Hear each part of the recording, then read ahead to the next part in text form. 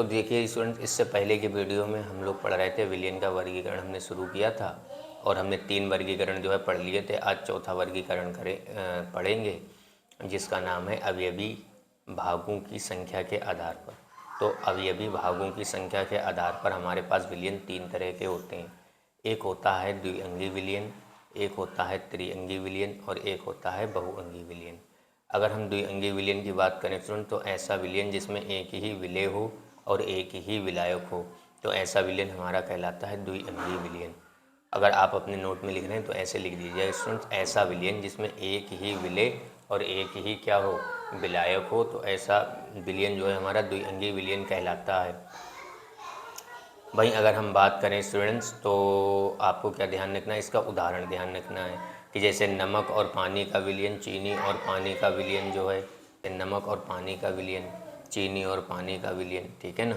तो ये हमारे क्या हैं, सब द्विअंगी विलियन के उदाहरण हैं।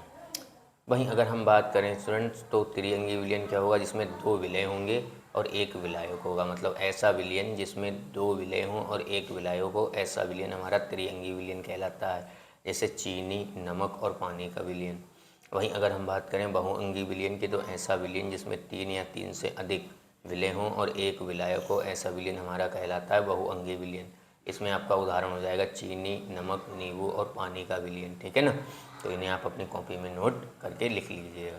अच्छा स्टूडेंट्स, एक बात बता दें, अगर आप यूपी बोर्ड की तैयारी कर रहे हैं तो यूपी बोर्ड में खाली आपका जो है, अगर आप तैयारी कर रहे हैं स्टूडेंट, तो यूपी बोर्ड में केवल आपका द्विअंगी विलियन है, ठीक है ना, जिसमें एक ही विलेय मिला चाहिए और एक ही विलायक। तो आप इस बात का ध्यान रखिएगा। अब देखिए स्टूडेंट्स, हम लोग अगला टॉपिक शुरू करते हैं, विलियन की सांद्रता। तो विलियन की सांद्रता क्या होती है, कुछ एग्जाम्पल के माध्यम से समझिए। आपके पास एक विलियन है जिसमें चीनी 5 ग्राम घुली हुई है, तो आप कहेंगे कि इस विलियन की सांद्रता 5 ग्राम प्रति लीटर है। जहाँ प्रति लीटर जो है ये विलियन को हम कह सकते हैं स्टूडेंट्स दर्शा रहा है, विलियन की मात्रा को, और 5 ग्राम जो है हम कह सकते हैं विलेय की मात्रा अर्थात सांद्रता को बता रहा है। तो विलियन की सांद्रता को समझने से पहले आपको एक चीज़ समझनी होगी स्टूडेंट्स कि सांद्रता का सूत्र क्या होता है। तो सांद्रता का स्टूडेंट सूत्र होता है विलेय की मात्रा बटे विलियन की मात्रा। इसी से हम विलियन की सांद्रता की परिभाषा बना सकते हैं। परिभाषा ऐसे बनानी है कि विलियन की प्रति इकाई, ये जो बटे है ना, इससे हम पढ़ेंगे प्रति इकाई। तो विलियन की प्रति इकाई मात्रा में घुले हुए विलेय की मात्रा क्या कहलाती है, विलियन की सांद्रता कहलाती है।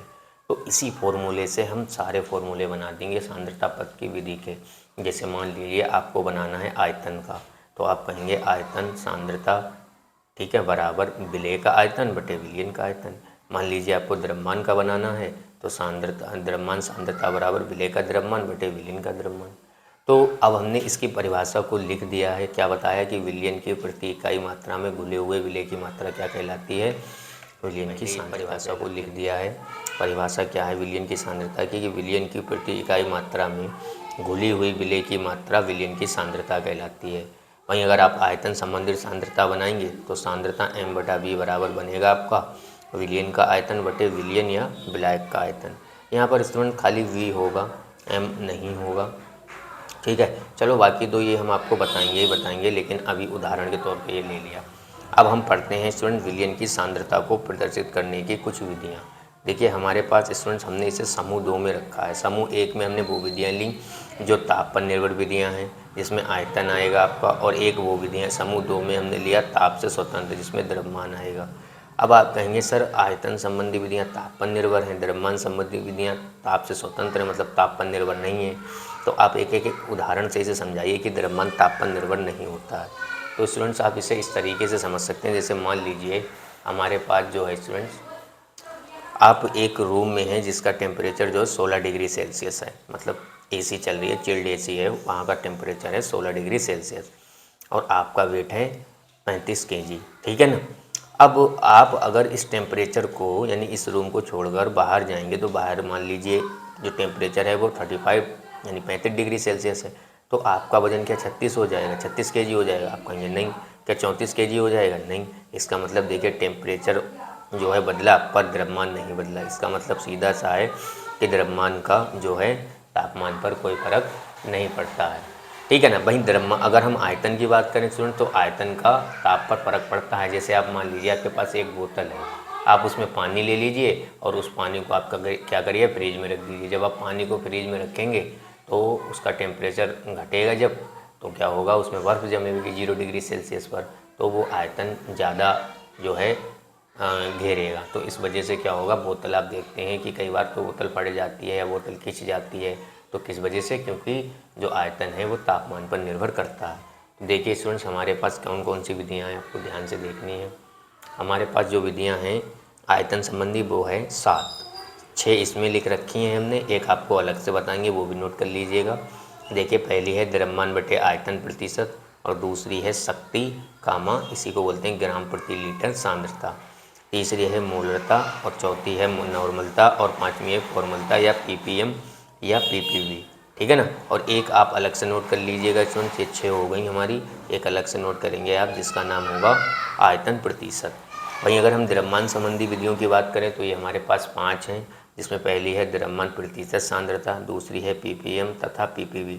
अब आप कहेंगे सर पीपीएम इधर भी है, पीपीएम इधर भी है, तो कन्फ्यूज़न होगी। कोई कन्फ्यूज़न नहीं, जब हम पीपीएम या पीपीवी इधर पढ़ेंगे तो द्रव्यमान संबंधी पढ़ेंगे, और इधर जब हम पढ़ेंगे, इधर हम पढ़ेंगे तो कोई कन्फ्यूज़न नहीं सुन, तो कोई कन्फ्यूज़न नहीं होगी सुन। जब हम इधर पीपीएम या पीपीवी पढ़ेंगे तो इधर हम आयतन संबंधी पढ़ेंगे, और जब इधर हम पढ़ेंगे पीपीएम तथा पीपीवी तो द्रव्यमान संबंधी पढ़ेंगे। बाकी और आपको अच्छा सा डिफरेंस तब मिलेगा जब इन्हें हम पढ़ेंगे। अगली है मोललता, अगली है स्टूडेंट मोल प्रभाज, यहाँ पे प्रभाज कर लीजिएगा, और यह है, इसी को बोलते हैं मोल भिन्न या इसी को बोलते हैं मोल अंश, तो अंश कर लीजिएगा। अगर इसी में हम 100 का गुणा कर दें तो इसे बोलते हैं मोल प्रतिशत। तो ये स्टूडेंट्स आयतन संबंधी हमारे पास 7 विधियाँ हैं, और ये द्रव्यमान संबंधी हमारे पास 5 विधियाँ हैं। अब इसको ही हम एक एक करके कल से पढ़ेंगे स्टूडेंट्स, और जो है फिर एक एक करके ढेर सारे एक एक टॉपिक के न्यूमेरिकल करेंगे। देखिए स्टूडेंट्स, अगर आप यूपी बोर्ड की तैयारी कर रहे हैं तो आप इनको अच्छे से तैयार कर लीजिए, क्योंकि ये हर एग्ज़ाम के लिए वैसे तो इम्पोर्टेंट होती हैं, लेकिन बोर्ड में इससे 5 नंबर का क्वेश्चन आता है। 2.5 नंबर आपको जो है डेफिनेशन के आएंगे, और 2.5 नंबर का जो है आपका स्टूडेंट न्यूमेरिकल का आएगा। तो कल हम पढ़ेंगे पहले सांद्रता प्रतिशत। सांद्रता प्रतिशत में हम 3 विधियों का जिक्र करेंगे, एक द्रव्यमान सांद्रता प्रतिशत, एक आयतन सांद्रता प्रतिशत, और एक हम पढ़ेंगे कल द्रव्यमान बटे आयतन सांद्रता प्रतिशत। ठीक है। लेकिन स्टूडेंट्स, इनको पढ़ने से पहले आप पिछली हमारी सारी वीडियो देख लीजिए, क्योंकि मैंने विलियन का बेसिक बहुत अच्छे से पिछली वीडियो में समझा रखा है। तो आपको जहाँ से मैंने विलियन पढ़ाया वहाँ से आपको एक एक वीडियो को देखना है और देख के नोट्स बनाने हैं, तब आपको स्टूडेंट न्यूमेरिकल बहुत ज़्यादा इजी लगेंगे। ठीक है ना। तो पहले आप पहले की सारी वीडियो देखिए और साथ ही साथ नोट्स भी बनाइए। तो कल हम मिलते हैं स्टूडेंट्स एक नई वीडियो के साथ। आज के लिए हम इतना ही रखेंगे। थैंक